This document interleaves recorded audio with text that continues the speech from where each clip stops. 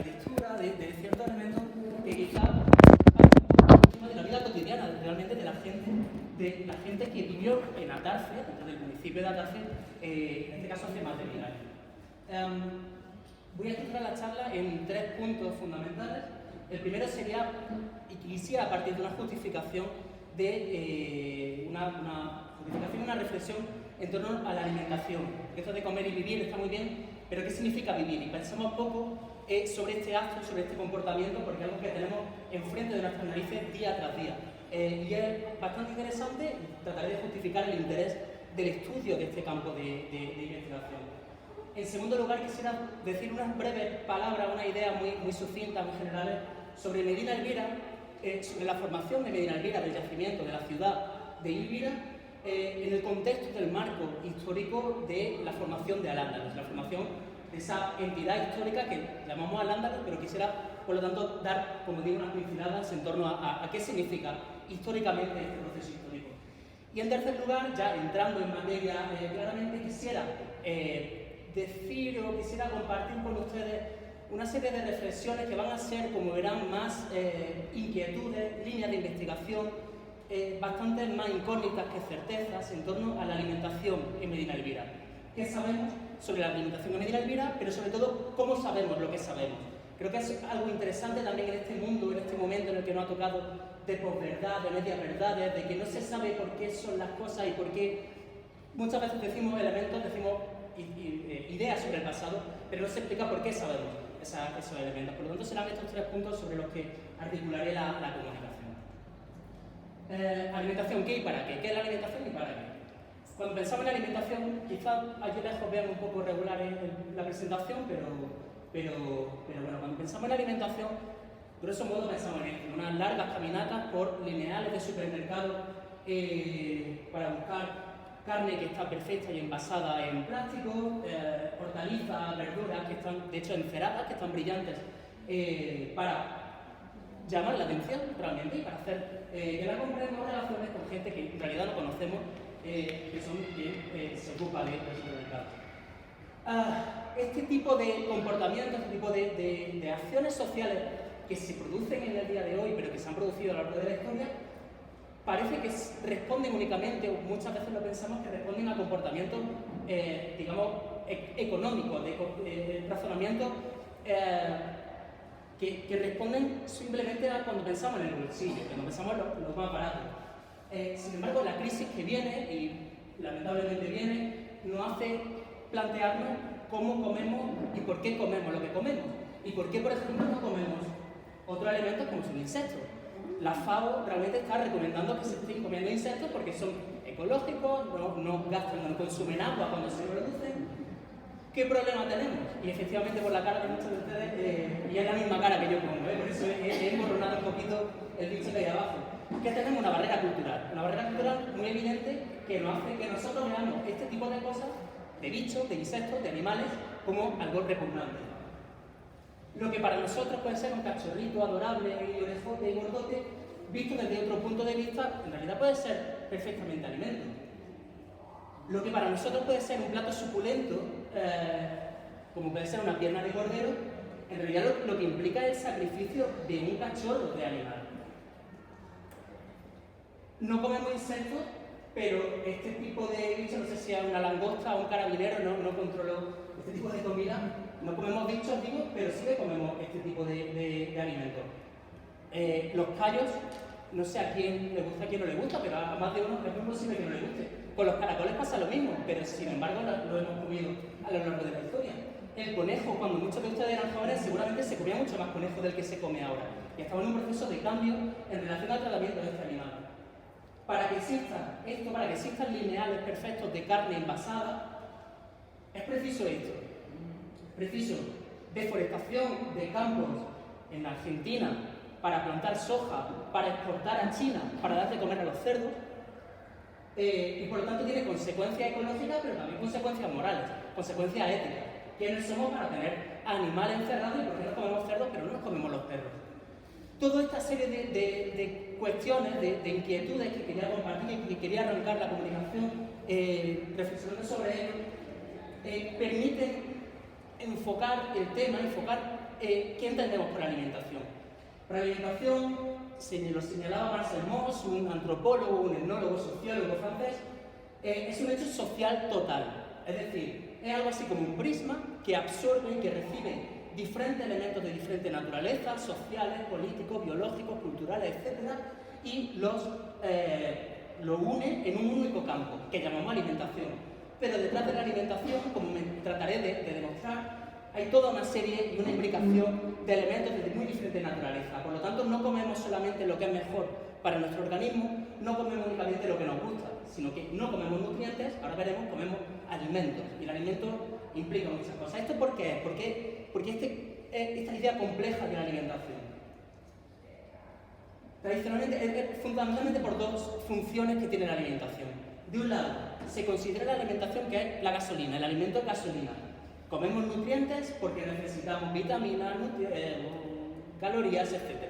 Eso ha hecho que tradicionalmente el estudio de la alimentación histórica en el pasado haya atendido fundamentalmente a este tipo de cuestiones, a cosas, razonamientos económicos y lógicos.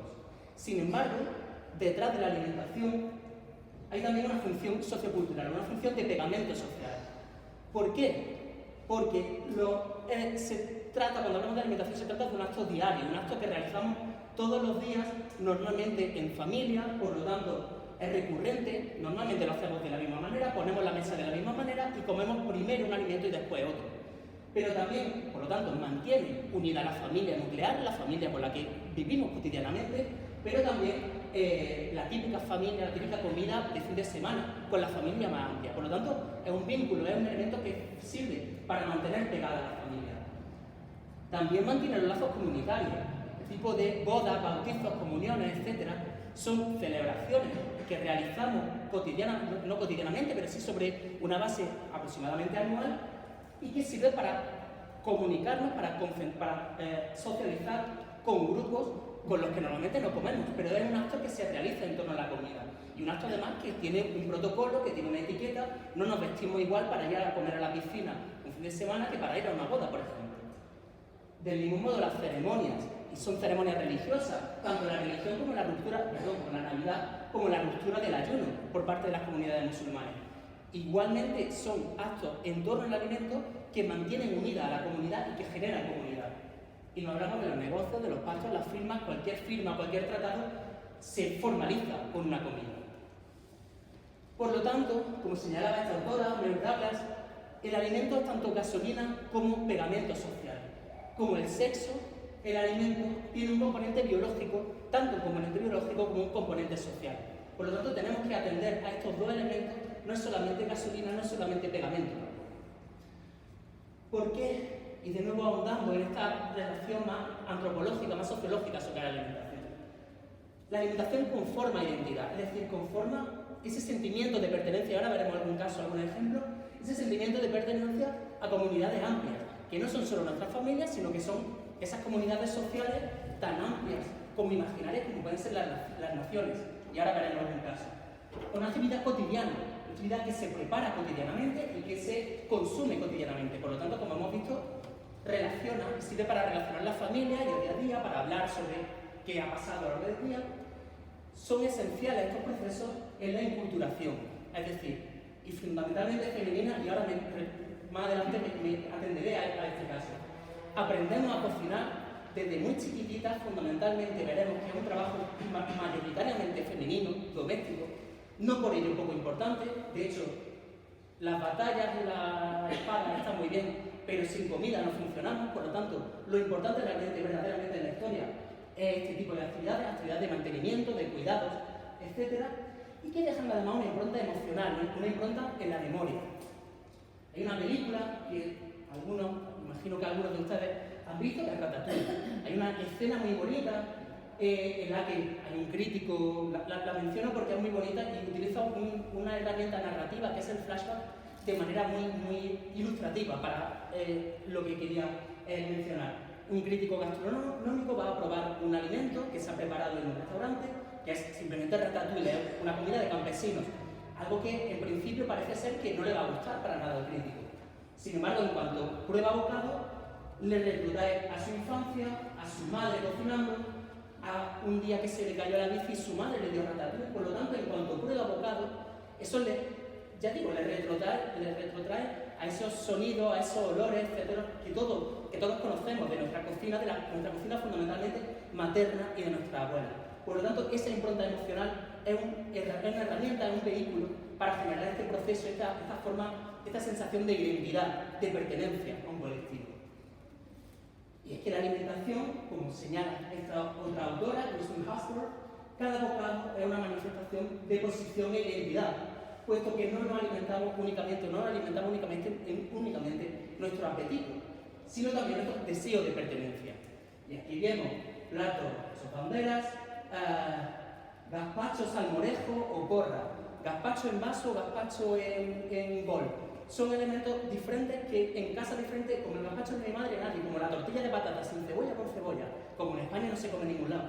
Son ideas que nos sirven para fundamentar esta idea de pertenencia a sentimientos tanto identitarios.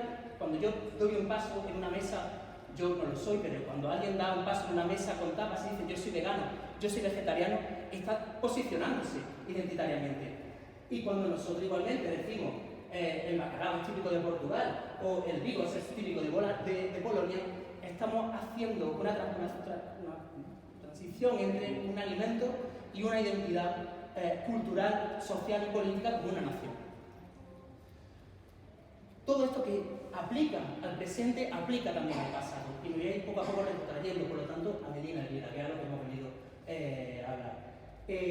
Como digo, estos posicionamientos alimentarios, de decir tortilla de patatas con cebolla o sin cebolla, se aplican en el pasado con los tabúes alimentarios, que tienen o que se traducen, se definen, de nuevo, siguiendo a Mary Douglas, como la materialización de las abstracciones espirituales. Es decir, nosotros podemos creer en un Dios, llamémosle como queramos, pero esa creencia tiene una transpolación, tiene una materialización en actos cotidianos como la alimentación, como lo que implica, por ejemplo, comer cerdo o no comer cerdo. Y ahora veremos casos de estudio en los que este tipo de adscripción identitaria, esta forma a través de la cual los seres humanos, a través de lo que comen o de lo que no comen, materializan esa pertenencia, ese sentimiento de pertenencia, se puede estudiar arqueológicamente. Paso, por lo tanto, al siguiente punto. Una vez hecha y tratado de justificar el interés del estudio de la alimentación, no solamente podemos generar conocimiento económico, sino desde muchas otras perspectivas y sobre otras muchas cuestiones. Lo que quisiera, por lo tanto, ahora será introducir brevemente qué significa, qué fue el proceso histórico que conocemos como la emergencia de Al-Ándalus, el nacimiento de Al-Ándalus. Y, como decía hace un momento, dar una serie de pinceladas sobre Medina Elvira, sobre cuál es la situación de Medina Elvira en este proceso de formación, de cambio histórico que se produjo a raíz de la conquista islámica. Al-Ándalus, el nacimiento de Al-Ándalus fue la consecuencia, mejor dicho, antes que nada de una conquista por parte de un imperio en expansión, el imperio árabe, que desde Oriente, desde Arabia, la península arábica, y junto con poblaciones básicamente militares, guerreros, pero también veremos que familias, que mujeres también, conquistaron parte de Oriente Próximo y llegaron a la península ibérica.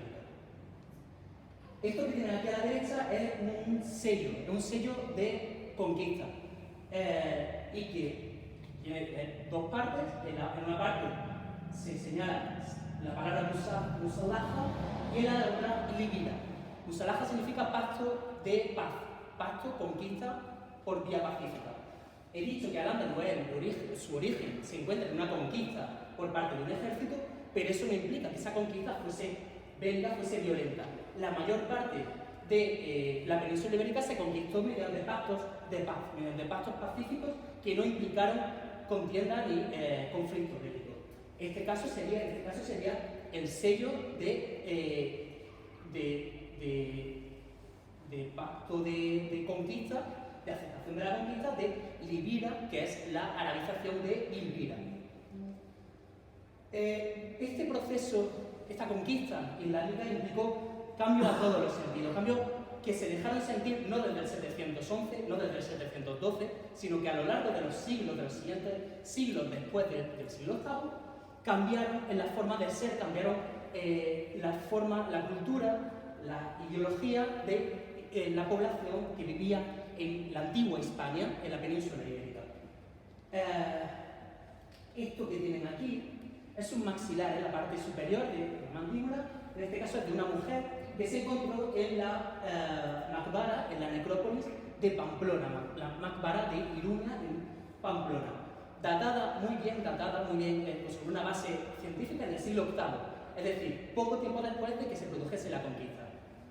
Esta señora tenía una serie de alteraciones dentales, el limado de los dientes, de las paletas, de los incisivos, y se ha visto que por ADN mitocondrial su origen se encuentra en el África subsahariana o en el norte de África. Por lo tanto, hay cambios culturales que se llevan a cabo a partir de la entrada de poblaciones que no vivían en la península hasta entonces y que trajeron consigo toda una serie de ideologías, de religión, de cultura, etcétera, que hizo y que convirtió al Andalus en un país árabe e islámico. Este proceso implicó cambios en las formas de hacer cosas, cambio en las formas, por ejemplo, de integrarse, cambio en la forma de rezar y cambio en las formas de alimentarse, como ahora veremos en un momento. Antes de ello, introduzco el caso de Medina Elvira. Y como digo, voy a decir solamente una serie de notas históricas, porque creo que hay gente mucho más preparada para hablar sobre la historia de Medina Elvira, pero sí que es interesante introducir, contextualizar en su marco histórico el yacimiento, el enorme yacimiento de enorme interés que tienen en la cárcel. Elvira, como saben, se localiza en este olivar, en la zona norte del centro de la Vega de Granada, a muy pocos escasos, 9-10 de Granada, de la actual Granada. No vengo a presentarles su yacimiento, pero sí a contar un poquito, a contextualizar en su marco histórico qué es lo que sabemos a partir de los trabajos de investigación que empezaron en este yacimiento en el siglo XIX, de la mano de Gómez Moreno, de Manuel Gómez Moreno, y que han continuado ya en el siglo XX, en el siglo XXI, final del siglo XX y sobre todo inicios del siglo XXI, de la mano del grupo de investigación liderado, dirigido en su momento por Antonio Malpica y continuado posteriormente a partir de una colaboración con el Instituto de Arqueología y Etnología de las Ciencias de la Academia de las Ciencias Polacas. Esta serie de investigaciones, y como digo, empezaron a conocerse a partir del siglo XIX, pero han tenido un impulso importante en las últimas décadas, ha permitido definir un yacimiento, un enorme yacimiento de más de 300 hectáreas, con una serie de estructuras, de elementos que pivotan y que estructuran la organización del espacio y que quisiera presentarles ahora en un momento. El precedente más directo de Medina Elvira es un asentamiento tardo-antiguo de los siglos V, VI, VII, es decir, anteriores a la conquista islámica, del que conocemos muy poco. Conocemos únicamente que se excavó en el siglo XIX una necrópolis, un cementerio, pero conocemos muy poco en torno a quién vivía en Medina Elvira, en esta zona, antes de la conquista islámica. El proyecto de investigación iniciado por el grupo de Antonio Malpica ha permitido estructurar, conocer, grosso modo, cuál es la estructura global del yacimiento, que se estructura, como digo, en dos elementos básicos fundamentales: la zona llana y el Cerro del Sombrerete.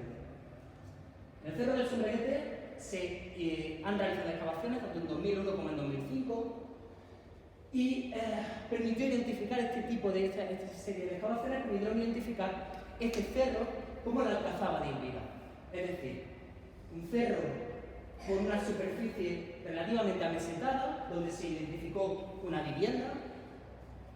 El cerro tenía una boda, una línea de muralla, y había una serie de estructuras rectangulares en forma de vivienda. Por lo tanto, había una población que entre el siglo IX y principios del siglo X habitó, residió en este espacio que controla visualmente todo el llano de Medina Elvira. El trabajo arqueológico permitió igualmente identificar dentro de esta casa, de esta vivienda que se localizó en la zona superior, tanto un pavimento de lajas de piedra, algo que no se ha encontrado en otras zonas del yacimiento, como este tipo de elementos, que es un fragmento de vidrio procedente de Oriente Próximo, procedente creo que de Samarra o de Irán, no recuerdo exactamente su procedencia, Y ahora veremos también elementos más asociados a la forma de comer, a la dieta del grupo que residió en este espacio, que permiten, por lo tanto, identificarlo como una zona de estatus, una zona donde posiblemente residiese la familia o el gobernador que controlase y que fuese la conexión con el emirato, con el emir de Córdoba, que fuese la capital, controlase tanto Elvira como la capital de la Cora que preside. La zona del llano se estructura en una serie de elementos, se han identificado diferentes estructuras, ya veis, necrópolis, zonas residenciales, la posible mezquita que podrá exhumarse si tenemos suerte de dar precisamente con donde Gómez Moreno la identificó en el siglo XIX, y un elemento interesante como es una necrópolis cristiana. Una necrópolis cristiana localizada en una zona donde Gómez Moreno en el siglo XIX parece ser, no la ha excavado directamente Gómez Moreno, pero sí apareció en ese momento, en el siglo XIX, una estela de un señor llamado de nombre Cipriano, cuyos padres le dedicaron esta estela y lo enterraron. Un señor claramente cristiano, mozárabe. Por lo tanto, es un elemento que nos permite saber, y trataremos de continuar conociendo esta estructura, esta estructura social de Medina Elvira, porque tenemos que hay población musulmana, pero también población cristiana. Es un elemento muy interesante, esta idea de multiculturalidad y de coexistencia de diferentes grupos etno-religiosos en el mismo espacio.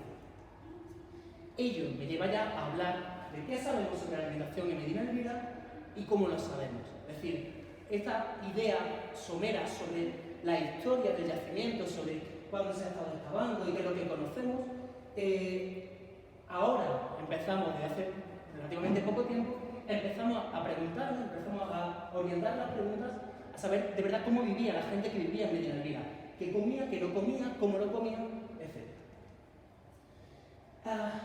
Antes de decir o de compartir qué sabemos actualmente sobre la alimentación en Medina Elvira, para lo cual, como veremos, también recurriré a alguna idea sobre qué sabemos sobre la alimentación en Al-Ándalus, porque verán que en Medina Elvira son muchas las preguntas que aún tenemos, son muchas las incógnitas en torno a estas cuestiones. Quisiera responder, como decía al inicio de la charla, cómo sabemos lo que sabemos sobre la alimentación en Al-Ándalus. Voy a tratar de ir hilvanando a lo largo de un discurso que ahora veremos cómo lo voy a estructurar, pero hilvanando información derivada tanto de fuentes documentales, es decir, de fuentes escritas, de manuscritos, de libros, de papiros, etc., y las fuentes arqueológicas. Sobre las fuentes documentales no se han tratado demasiado, no tenemos ninguna fuente, ahora mismo por lo menos que yo haya trabajado y que conozca directamente, que trate sobre alimentación en Medina Elvira. Es posible que aparezcan en un futuro, pero les remito y lo que voy a seguir realmente va a ser lo que ha estudiado tanto Manuela Marín como Inspiración García, dos autoridades en este campo, y por lo tanto será a ella a quien tendremos que acudir para conocer, y a la que voy a recurrir a lo largo de la charla para ver qué se comía y cómo se comía, cómo se preparaba en Medina Elvira. Tenemos esta serie de fuentes que, como digo, voy a tratar de hilvanarlas, de mencionar puntos sobre ellas en torno a qué se comía en Medina Elvira. La otra fuente será la fuente arqueológica.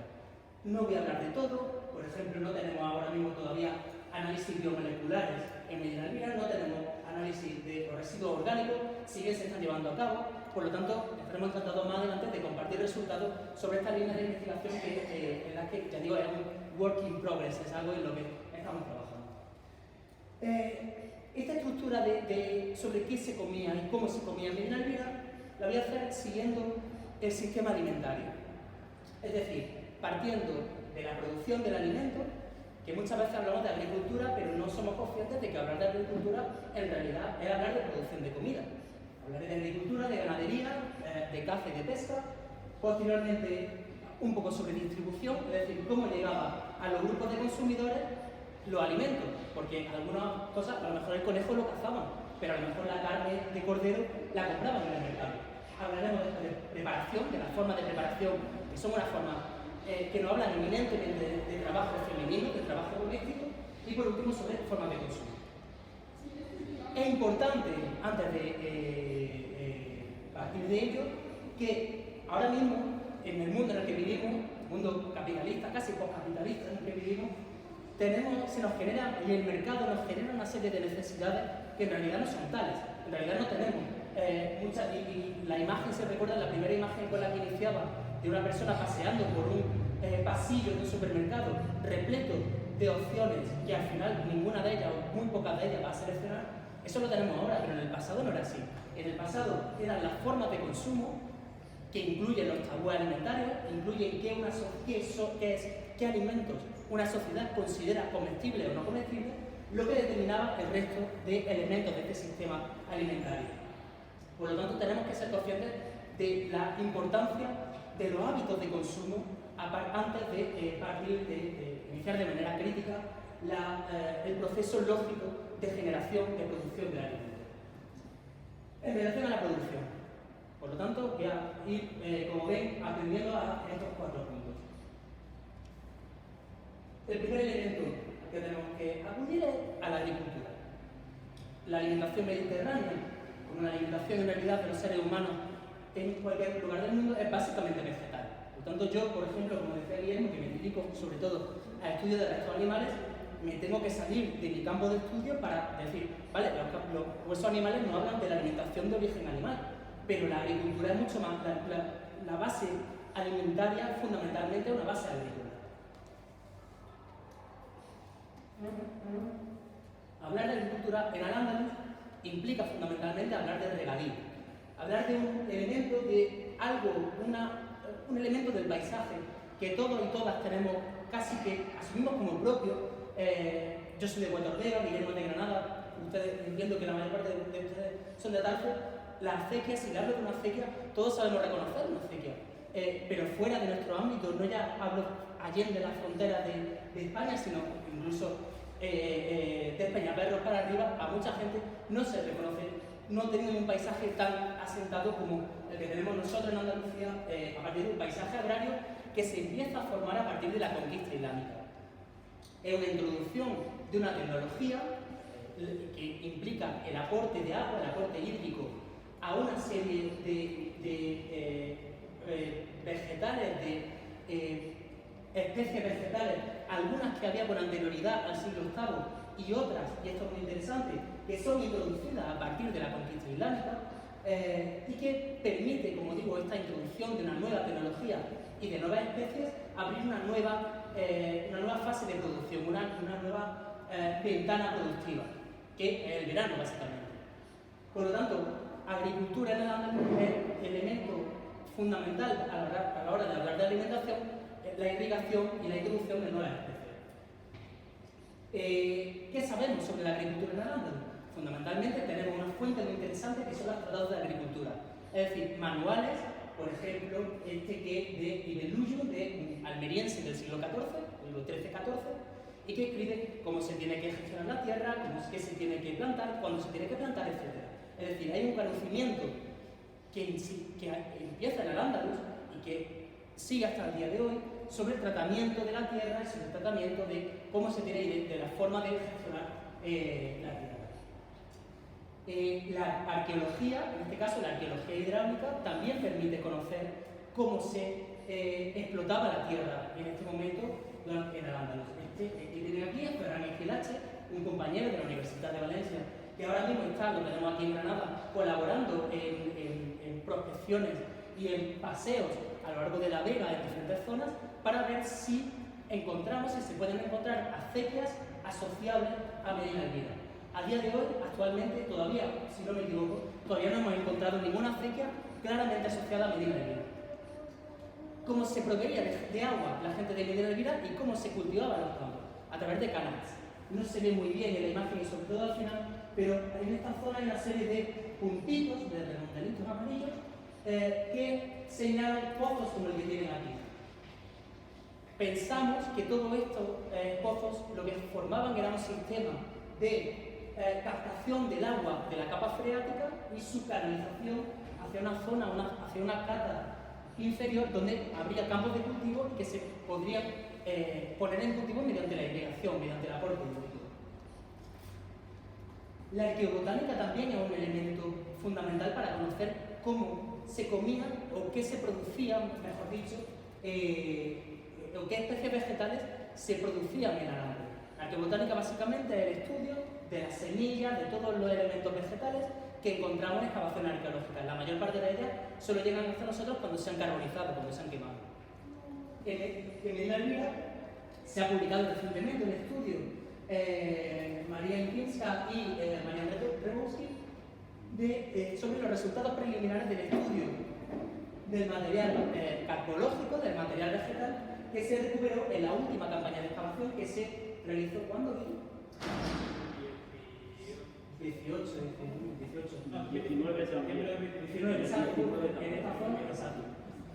De esa excavación se recuperó un conjunto de especies vegetales que se han estudiado y que han dado, por lo tanto, como resultado, el conocimiento de una serie de cereales y de otras plantas que se estaban cultivando en Medina Elvira. Entre ellos, es interesante, las cucurbitáceas, el pepino o el melón, una especie vegetal que no existía con anterioridad a la conquista islámica. Por lo tanto, ya estamos viendo cómo la arqueología permite generar conocimiento sobre nuevas especies vegetales, sobre cambios en la agricultura que implican cambios en la alimentación. En términos generales, en Al-Ándalus lo que tenemos, lo que sabemos a partir de la arqueobotánica es que había una agricultura que distaría poco de la de época romana, basada en trigo, basada en cebada, que habría poca diversidad entre contextos urbanos y rurales. Ahora mismo hay varios proyectos de investigación que están centrando el foco precisamente en entender cómo se produjo el cambio agrario en Al-Ándalus a partir de este momento y que por lo tanto generan, como vamos viendo, más dudas realmente que certeza. Y poco a poco se está avanzando mucho en este sentido para conocer el panorama vegetal de Al-Ándalus. Esto me lleva, y sobre todo el último punto, de uso de cebada como forraje, me lleva al tema de la ganadería. En Al-Ándalus dentro de la historiografía sobre el periodo andalusí, se ha pensado mucho que agricultura irrigada y ganadería eran dos actividades incongruentes y excluyentes, mutuamente excluyentes, porque los animales, los rebaños destrozan la acequia, destrozan los caballones, etc. Últimamente ya se está viendo, estamos viendo que en realidad la integración es bastante mayor.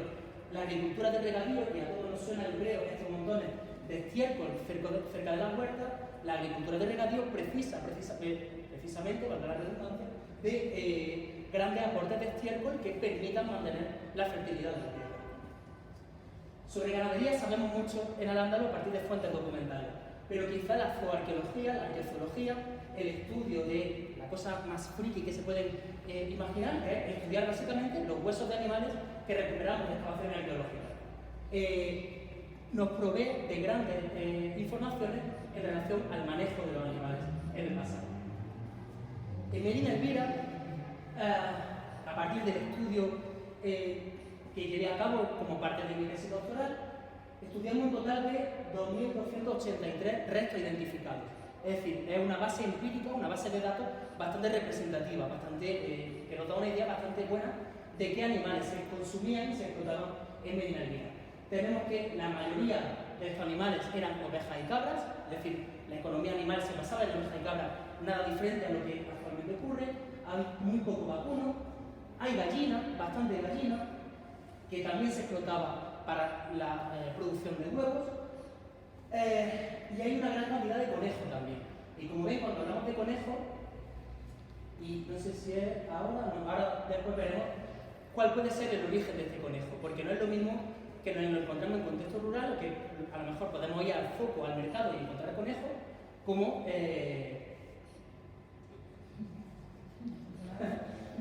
encontrarlo en ambientes más urbanos.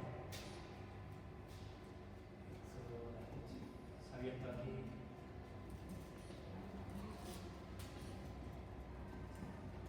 Un elemento importante también, retomo el libro, en relación a los resultados del estudio arqueológico de Medina Elvira, es la ausencia de cerdo.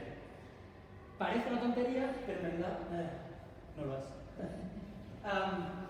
En este gráfico únicamente no pretendo explicarlo demasiado porque es algo con lo que estoy trabajando últimamente, pero si ven la barra roja, estos son proporciones de cerdo, de oveja y cabra y de vacuno, siguiendo esos colores, en diferentes yacimientos de la península ibérica de época romana y larga antigua, y estos son de época andalusí. Como ven, el único elemento que quiero enfatizar es la ausencia de barras rojas, la ausencia generalizada de barras rojas en los yacimientos andalusíes, en los yacimientos islámicos. Parece, efectivamente, que desde primera época andalusí, ya desde el siglo VIII, en muchos sitios se abandona el consumo de cerdo. Esto tampoco es baladí, porque ¿qué implica? Y entiendo que muchos de ustedes habrán convivido, habrán sabido, habrán conocido cómo sus padres o abuelos tenían un cerdo, tenían una cerda, que comían todos los desechos orgánicos que se generaban en la cocina y que, por lo tanto, era una producción de alimentos que no depende del mercado, esa la tienes en tu casa. ¿Qué implica? Que de repente dejes de poder tener o dejes de querer tener ese animal, esa producción, ese productor de alimentos en tu misma cocina, en tu mismo establo, en tu faurda, en tu patio, etc. Lo que tenemos en consecuencia es que Medina Elvira, que sería este campo de aquí, se incorpora a todo el corpus, a todos los casos de estudio andalusíes en los que el cerdo está ausente. Por lo tanto, tenemos un proceso de islamización bastante avanzado, bastante rápido en Medina Elvira. La oveja y las cabras, que como hemos visto son mayoritarias, se sacrificarían fundamentalmente cuando eran muy chiquitas, cuando a lo largo del medio año del primer año de vida, de los primeros 6 meses de vida. Entendemos que muy posiblemente con la finalidad de producir leche que posiblemente se convirtiese en queso. Y esto podemos hablarlo más adelante porque siempre hay mucho en torno a este elemento. Hemos hablado de la ganadería que se produce, que se cría. También hay caza.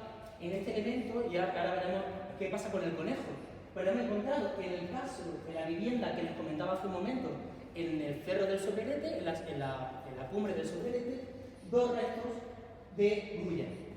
La grulla es un alimento, en este momento, una especie durante toda época medieval, pero en concreto época andalusí, que únicamente se puede obtener mediante la caza y esta es una práctica que se atribuye, que se asocia a contextos de alto estatus. No cualquiera cazaba grulla. Por lo tanto, un elemento más que nos permite pensar en el alto estatus del grupo humano que residió en este espacio en la cima del Sobrerete. También tenemos, pocos, pero los tenemos, restos de pescado, vértebras de pescado, tanto de ciprínidos, que son carpas y afines, que son de agua dulce, como atún, estornino, congrio y chopa, que estos son marinos, son productos marinos. Por lo tanto, tenemos una producción de una pesca, una actividad que es la pesca, y una distribución de peces posiblemente salados hacia Medina Elvira. En relación a la distribución, son muchos los elementos que tenemos, son mucho más las incógnitas que tenemos en torno a cómo se producía la distribución de los alimentos en Medina Elvira. Las excavaciones futuras que prevemos realizar nos permitirán conocer casos, por ejemplo, y es muy posible que aparezcan varios, como este zoco urbano que ha aparecido en Cercadilla, en Córdoba, que apareció en Cercadilla, fundux como el Corral del Carbón en Granada, que todos conocen, y son estructuras que ya en el mismo arrabal de San Esteban, en Murcia, están apareciendo arqueológicamente, pero también han aparecido en Chacunda, en Córdoba. O sea, esta zona es un fundux y toda esta calle se ha interpretado como un zoco calle. Es decir, la típica calle de Marruecos, por ejemplo, donde hay pequeños establecimientos donde la gente va a comprar alimentos de diferentes tipos. Como digo, las próximas excavaciones muy posiblemente nos permitan ahondar en este sentido. Hay un elemento también de la distribución de alimentos muy interesante relacionado con el estudio arqueozoológico. Aquí únicamente lo que quería enfatizar es el hecho de que en la cima del Sobrerete, en la vivienda del Cerro del Sobrerete, no había apenas cráneos o en la región craneal de la oveja y las cabras. Mientras que en la zona del llano sí aparecían esqueletos grosso modo enteros. Es decir, en el llano la gente está sacrificando muy posiblemente en el mismo espacio a los animales y consumiéndolos íntegros en ese espacio, en ese mismo espacio, en el espacio doméstico. Sin embargo, en el Sobrerete lo que se está produciendo es una importación, es una entrada de piezas cárnicas que ya han sido procesadas, que es la típica que encontramos colgada en los mercados. Por ejemplo, las paletillas, sobre todo, como ven, son paletillas lo que encontramos. Por lo tanto, es una forma de distribución del alimento bastante especializada y que nos indica que posiblemente esta gente no criaba sus animales, sino que simplemente consumía carne que había adquirido en otro sitio, que había recibido de otra manera. Las fuentes documentales también nos permiten conocer cómo era, y esto no hablo de Medina del Vida, sino hablo de, en este caso, de un pueblo de la Alpujarra, en donde se nos habla en el siglo XII o XIII, se nos habla de, bueno, un místico, un sabio que llega con un grupo de pobres, que son los seguidores de este sabio, llega a una casa. Y el dueño de esa casa, que tiene que hospedar a este grupo, no tiene ningún alimento para darle. Lo que hace este hombre, ni corto ni perezoso, es ir a casa de su hermana, que estaba preparando un conejo, y le quita el conejo. De hecho, ella dice: temo que me censure mi esposo cuando venga, por haberte dado el conejo. Lo cual ya nos da pistas sobre la distribución sexual del trabajo y el rol de género que en este sentido tiene la mujer como preparadora del alimento. Este hombre le quita el conejo a su hermana y se lo lleva al sabio. Perdón, no, antes de eso, le dice este hombre: ¿quieres que vaya al zoco, quieres que vaya al mercado y te compre un conejo? Y te lo devuelva. Y le dice ella: ¿cómo se encuentra un conejo aquí para comprar? Lo que quiere decir que en los zocos rurales, en los pueblos, en el zoco no se encontraba el conejo, posiblemente se cazase directamente. Sin embargo, otro tipo de fuentes, en este caso fuentes que nos hablan sobre la regulación del mercado, y hablo ahora en un caso de Sevilla del siglo XII, lo que se nos dice es que los conejos solo se venderán despellejados, para que se vea si no están frescos, porque si se les deja con la pelleja y amontonados se echan a perder. Es decir, en mercados urbanos sí se vendía el conejo, en mercados rurales no se vendía el conejo. Sobre la preparación, y ya no quería ser muy pesado ni extenderme demasiado, llevo 42 minutos, voy a ir casi concluyendo, pero este elemento me interesa mucho, la preparación de los alimentos, porque es algo que pasa desapercibido y sobre el que considero que no se ha dedicado la atención suficiente. Este gráfico únicamente lo traigo para ilustrar cómo los resultados de un estudio antropológico que se llevó a cabo en los 70, en el que a más de 100 sociedades diferentes, culturas diferentes a lo largo del mundo, hubo dos autores, un hombre y una mujer, que iban preguntando: a ver, ¿quién se ocupa aquí de la carnicería? ¿Quién se ocupa aquí de la cocina? El elemento de cocinar, quiero decir. El elemento que me interesa, como ven este gráfico entero, casi entero rojo, es que la preparación del alimento de manera transcultural, es decir, en casi todas las culturas, es un trabajo eminentemente femenino, es un trabajo eminentemente doméstico. Por lo tanto, tratar de mejorar nuestro conocimiento sobre las formas de preparación del alimento es una vía para feminizar la historia, para arrojar luz sobre algo que tradicionalmente se ha invisibilizado y se ha opacado porque no han interesado otras cosas más grandes como la gran arquitectura o, supuestamente más grandes, digo, más importantes como la gran economía. En realidad, sin esto, sin este trabajo de preparación, de cuidado, de mantenimiento, no habría nada. Esto deja una impronta también, como digo, este trabajo femenino asociado a la preparación del alimento. Este caso que les traigo, o esta imagen, no procede ni de Medina del Vida ni de Al-Ándalus, procede de Perú, creo, es un contexto maya, inca, perdón, en el que se ha visto a través de la antropología física, del estudio de los muertos, y este caso sí que es de Medina del Vida, esta foto que está en Necrópolis, se ve como las mujeres tenían una patología, tanto en la espalda como en las rodillas, como en los dedos de los pies, asociada al trabajo de moltura del maíz.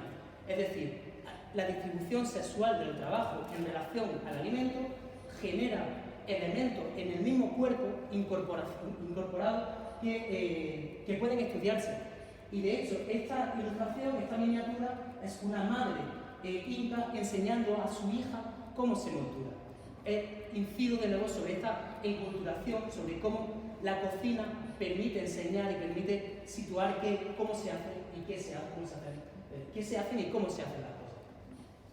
El espacio doméstico, en este sentido, la excavación de casas y de ver dónde está la cocina, dónde está el patio, qué cerámica y qué tipo de elementos encontramos en el patio de la cocina, permite conocer permite mejorar el conocimiento sobre esta distribución social del espacio y cómo hay espacios masculinos y cómo hay espacios femeninos.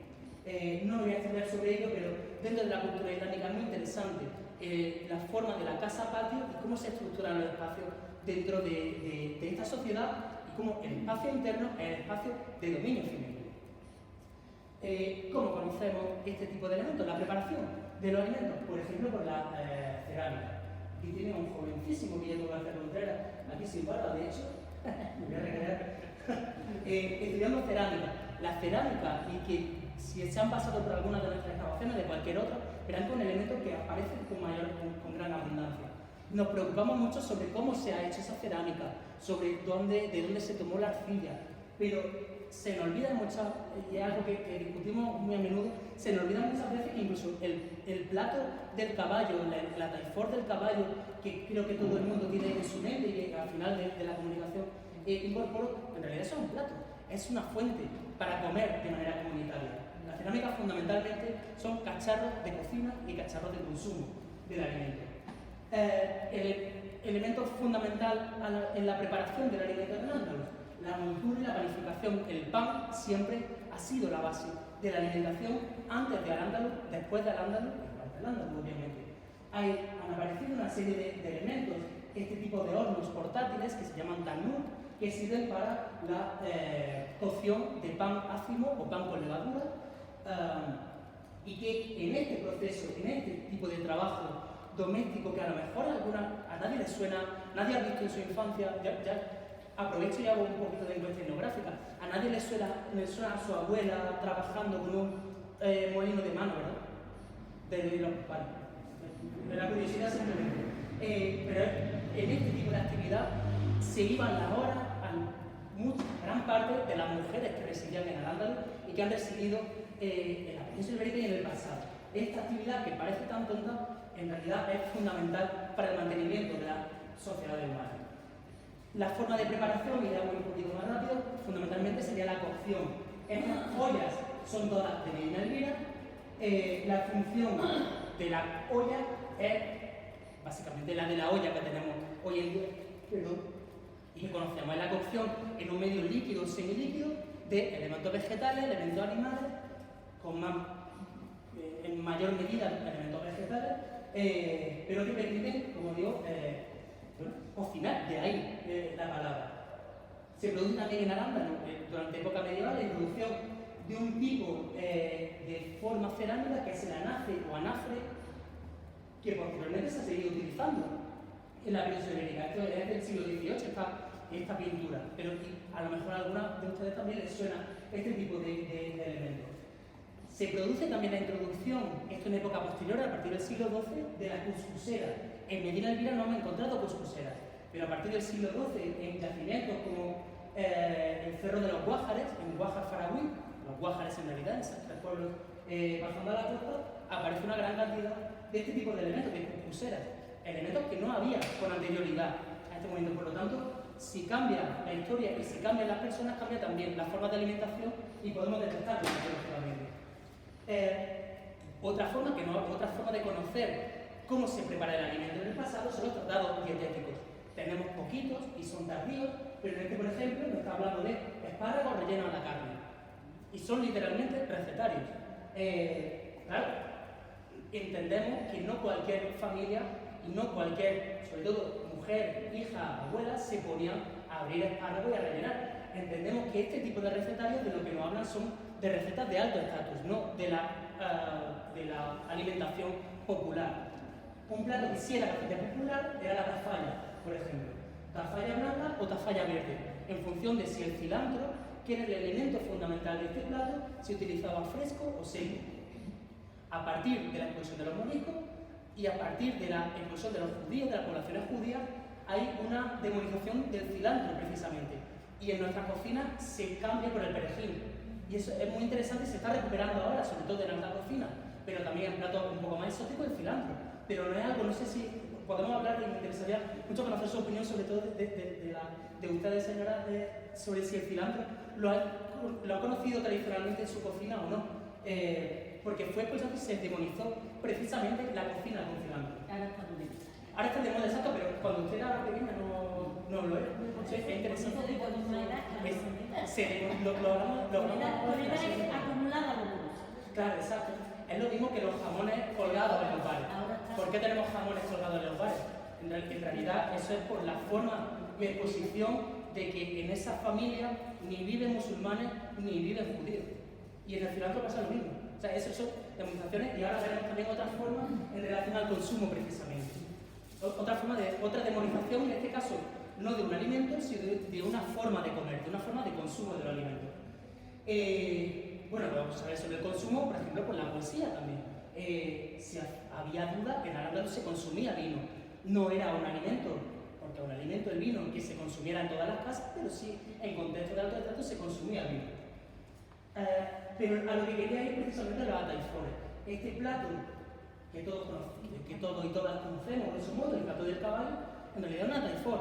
Es una fuente que implica un consumo comunitario, es decir, un consumo sentado en el suelo, como creo que más o menos todos podemos tener una idea sobre cómo comen familias musulmanas sentadas en el suelo, con una mesa baja, con las manos directamente.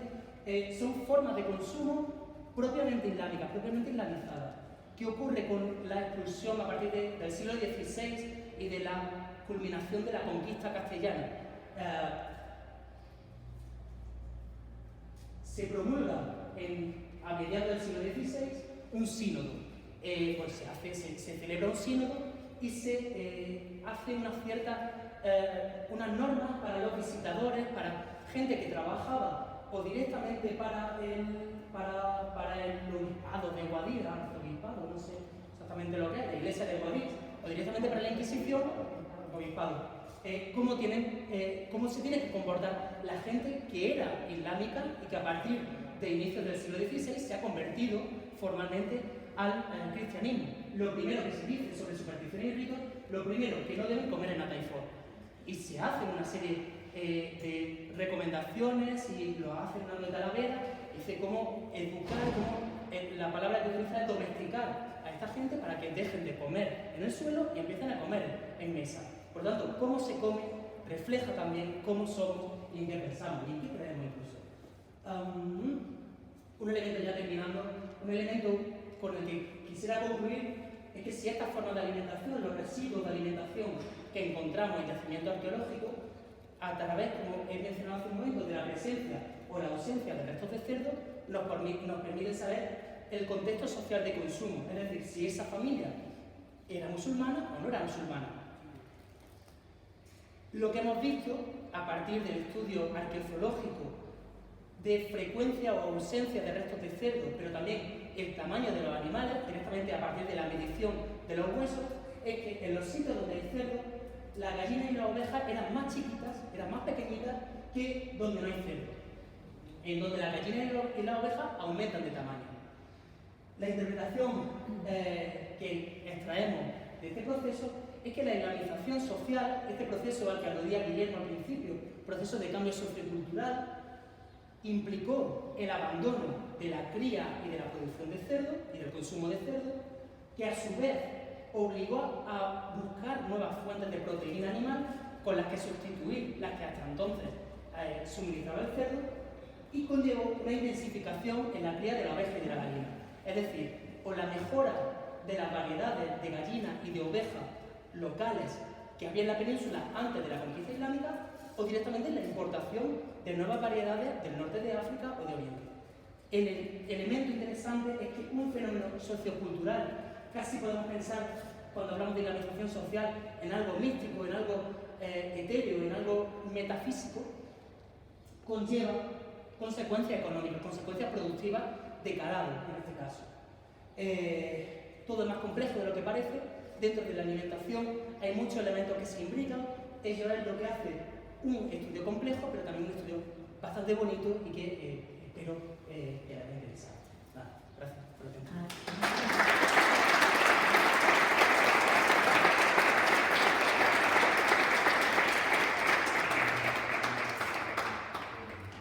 Muchas gracias, Marco.